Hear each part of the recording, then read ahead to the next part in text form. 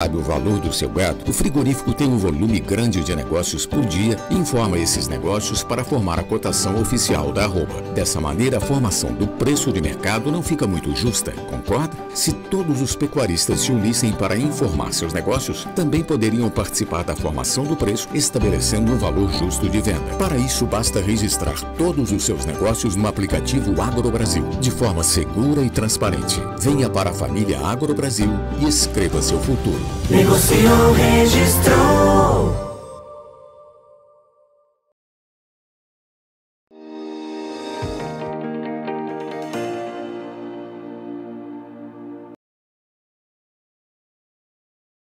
Olá, muito bom dia a você que está conosco aqui pelo Notícias Agrícolas, aguardando pelas informações do mercado do boi. Está na hora então da gente analisar o que aconteceu nessa semana. Semana com feriado no meio, no entanto, deu para perceber que a pressão sobre a arroba continua. E quem explica melhor para a gente o que está acontecendo é o Fernando Henrique Iglesias, direto lá das Safras e Mercado. Seja bem-vindo, meu amigo. Obrigado por estar aqui com a gente mais uma vez. E eu já te pergunto dessa semana de negócios, né? Pressão continua em cima da arroba, é isso, Fernando?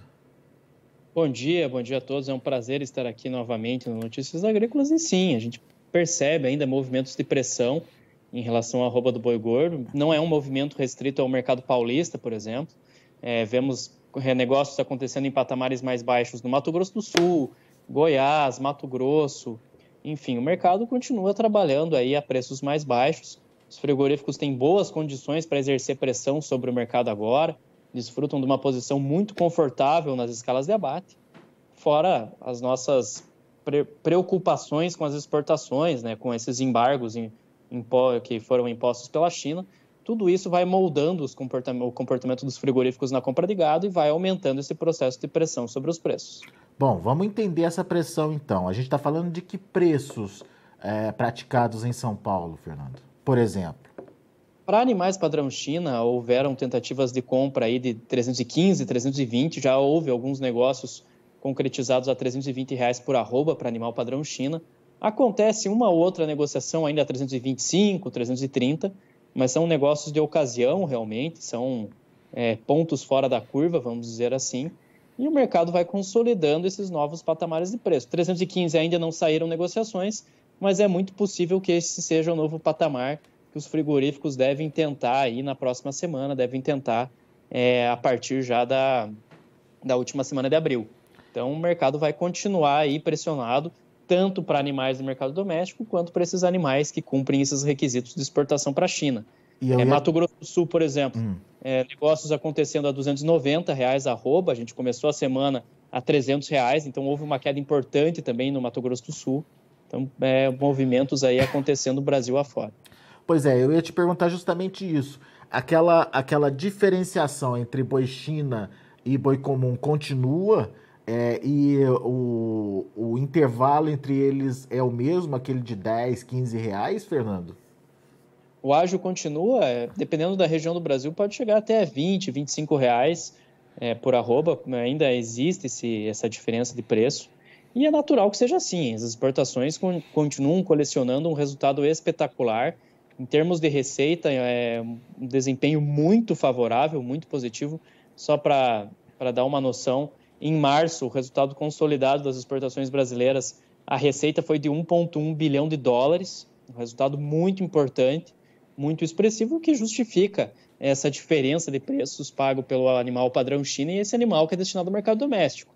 O frigorífico exportador realmente vem colecionando um ótimo desempenho, um ótimo resultado ao longo de todo o ano de 2022, com exportações muito positivas realmente.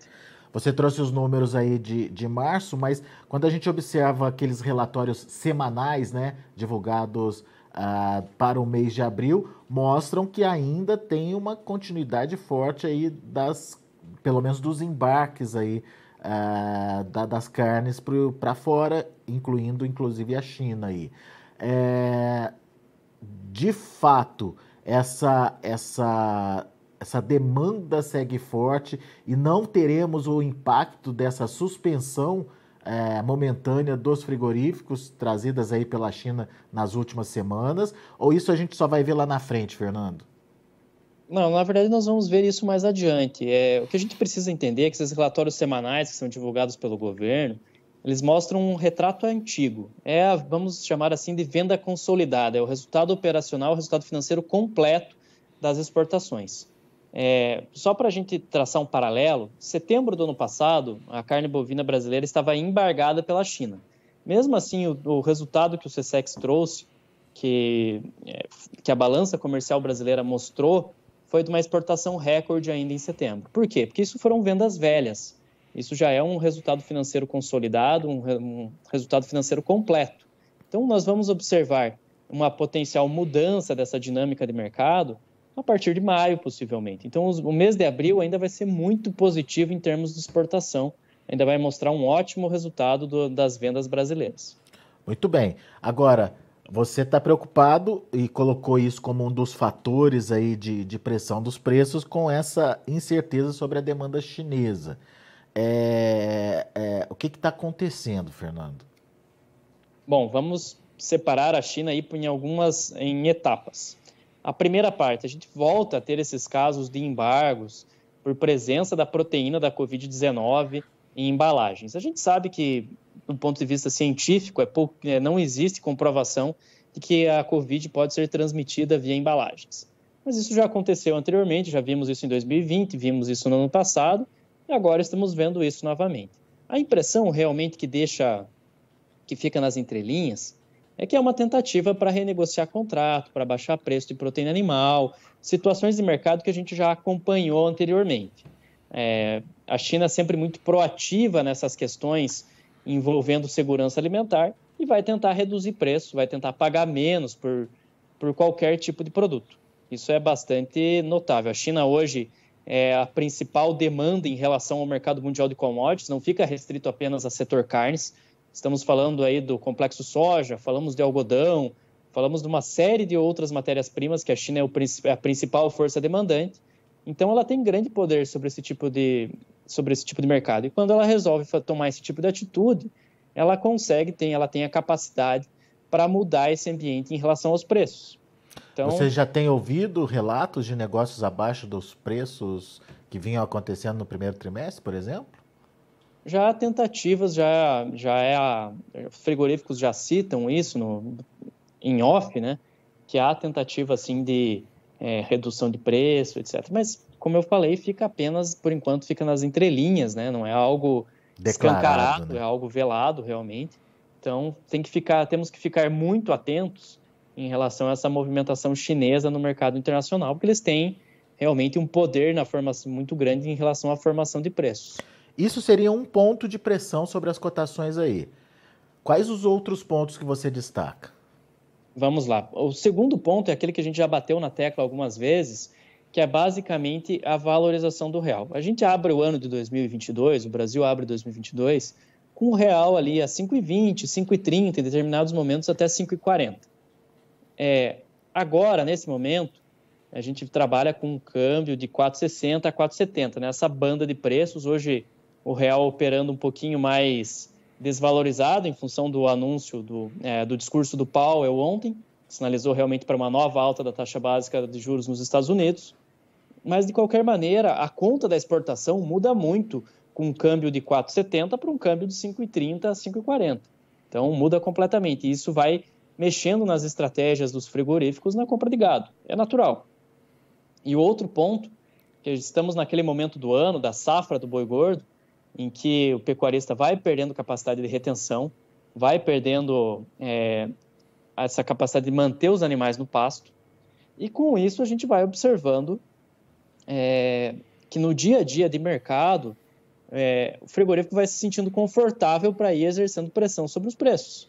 Tanto que, por exemplo, em Rondônia, como as escalas estão muito confortáveis, já se fala em escalas de 15 dias úteis em determinados frigoríficos, o preço caiu de R$300 por arroba em meados de março, agora para R$265, R$270 arroba. Então, a gente vê um movimento de pressão muito alinhado a esse avanço das escalas de abate, o que vem acelerando aí essa queda de preços, principalmente nessas regiões em que a exportação não é tão robusta assim. Você citou o caso de Rondônia, mas se a gente tiver que considerar uma escala média Brasil, está em quantos dias aí, Fernando?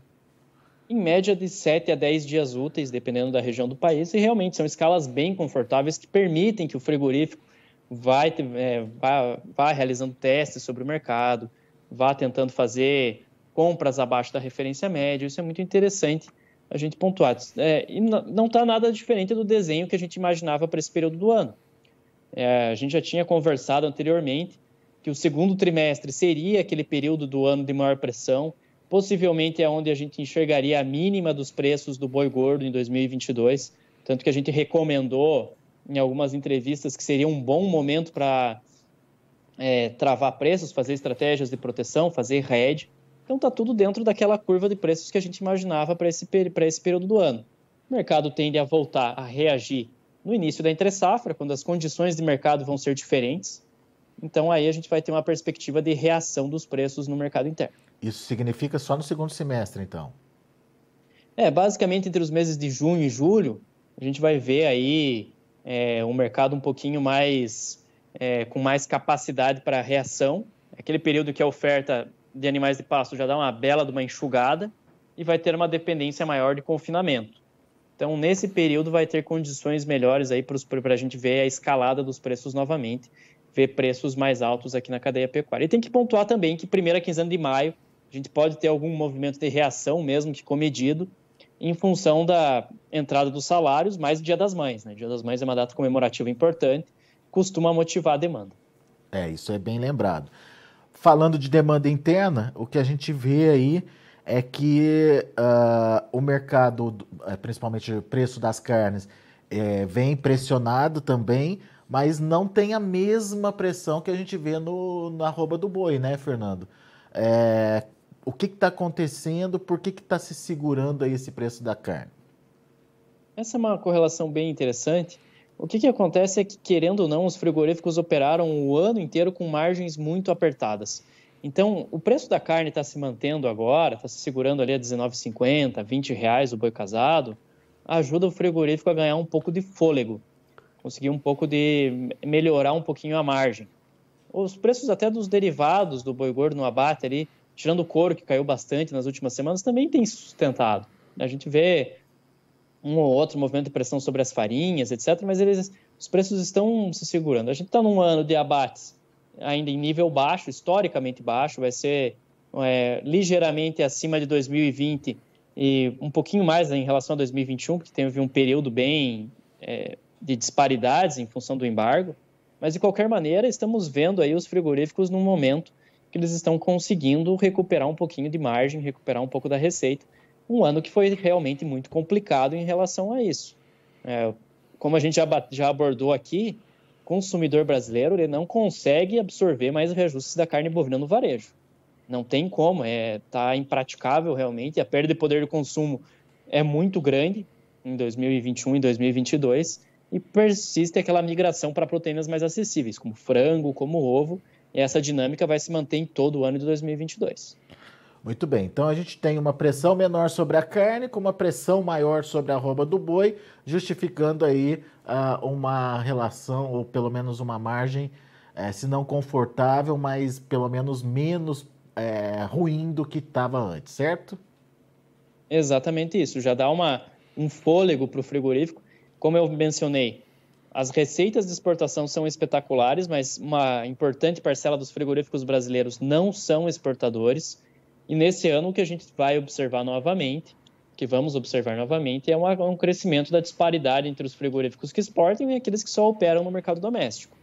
Então, aquelas questões de médio e longo prazo que podem virar em mercado cada vez mais concentrado, isso tem que continuar no radar, que realmente existe uma tendência de que isso aconteça. Boa, Fernando. Meu amigo, mais uma vez, muito obrigado, viu, pela sua participação conosco aqui no Notícias Agrícolas, sempre pontuando coisas importantes aí para o pecuarista nesse momento de tomada de decisão. Volte sempre, Fernando. Eu que agradeço, um ótimo final de semana a todos e até a próxima, pessoal. Valeu, até a próxima. Tá aí Fernando Henrique Iglesias, Safras e Mercado, aqui com a gente no Notícias Agrícolas. Deixa eu passar para vocês como estão andando as negociações lá na B3. de um modo bastante lento ainda, você vê pelo horário das negociações. Abril, o último negócio aconteceu às 9h29, R$ 329, ainda negativo, 0,2%. O maio, trabalhando aí a 322,20, essa é um pouco mais recente, das 11h29, com alta de 0,36%. O junho, 8,1, é a referência praticamente da abertura do mercado, R$ 323, alta de 0,25%. E o agosto nem mexeu, nem mudou ainda, R$ 313,75, também referência da abertura dos negócios. O boi gordo indicador CPEA fechou dia 20, né, antes do feriado, R$ 331,40, com queda de 0,6%. E você viu aí o Fernando falando que já acontecem negócios na casa dos R$ 320 em São Paulo. A gente vai ficando por aqui, agradeço a sua atenção e audiência. Lembrando que o Notícias Agrícolas está há 25 anos ao lado do produtor rural. Participe das nossas mídias sociais no Facebook Notícias Agrícolas, no Instagram, @Notícias Agrícolas e em nosso Twitter, @Notiagre. E para assistir todos os nossos vídeos, se inscreva no YouTube e na Twitch Notícias Agrícolas Oficial.